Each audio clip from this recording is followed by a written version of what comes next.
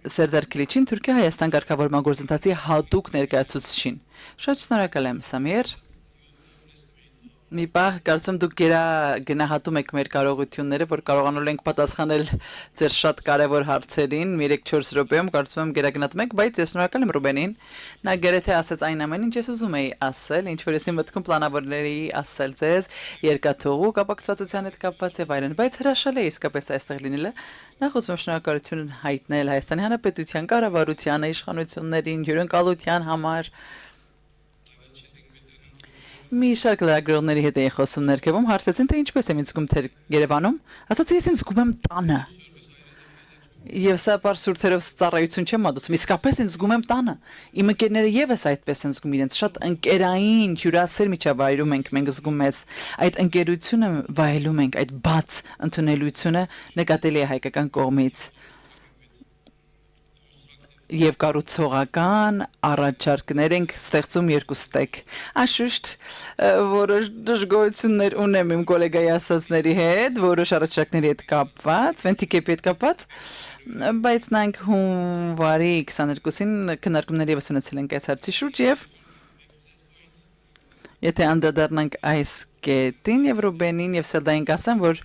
այս պահին մենք լինելու ենք 2026-ին, հավանաբար չենք հավատա։ Չենք հավատա, հսկայական ձեռքբերումներ ունենք։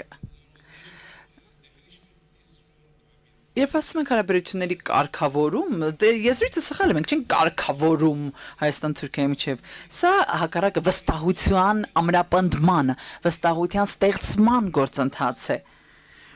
Բոլոր քայլերը մենք փորձում ենք անել, որը մեզ լիովին կկարգավորի հարաբերությունները մեր երկու երկրների միջև, բայց չեք կարող հայկական, թուրքական կարգավորման գործընթացը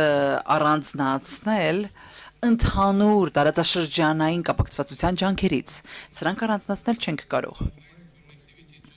Եվ չենք կարող կապակցվածությունը միայն տրանսպորտին, հաղորդուղիներին, երկաթուղիներով սահմանափակել։ Ավելի կարևոր, շատ կարևոր ոլորտներ կան, որտեղ մեր ջանքերը պետք է ներդնենք համացանցային կապուղիները, տրանսպորտային կապուղիները, օդային ուղիները շատ կարևոր են։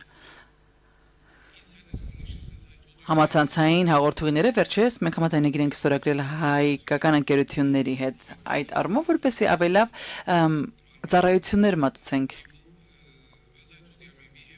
հայ ժողովրդին մենք պետք է ավելի լայն մոտեցում ունենանք կապակցվածության հաղորդուղիների այս գաղափարին ավելի ընդլայնված մոտեցում պետք է ունենանք հաստատելու խաղաղության եւ կայունության այս տարածաշրջանում ես ունեմ իմ սեփական գաղափարները թե ով է այս առաջարկները անելու, ինչպես են անելու երրորդ կողմ է դա անելու, նրանք իրենց ստեղծարար գաղափարներով պետք է առաջ գան, թե ոչ, բայց ընդհանուր առմամբ զգում եմ, որ ցանկացած գաղափար ընդլայնելու համար հարաբերությունները, զարգացնելու համար հարաբերություններ կամ երկարաժամկետ տևական խաղաղություն եւ կայունություն ստեղծելու համար այս տարածաշրջանում այս գաղափարները պետք է գան այդ տարածաշրջանից, ներսից պետք է բխեն։ Պետք է որպեսզի այդ ժողովուրդը տերը լինի այդ գաղափարին, դա է ինձ համար շատ կարևոր։ Այդ վերջին կետը որ դուք անում եք